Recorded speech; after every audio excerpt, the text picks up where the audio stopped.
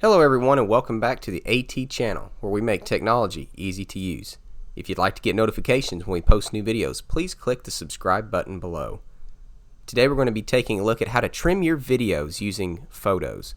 Photos is a program that's already installed on Windows devices and it's free and easy to use. So without further ado, let's get started.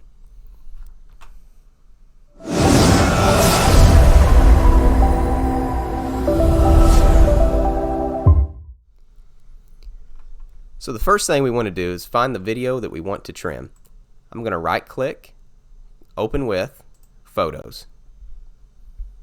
Once it brings up your video, today we're going to learn about Snapped.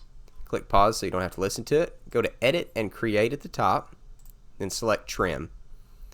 Now from here, we can drag the purple balloons anywhere we want. So we could trim a couple seconds off the front, a couple seconds off the back, and then click Save.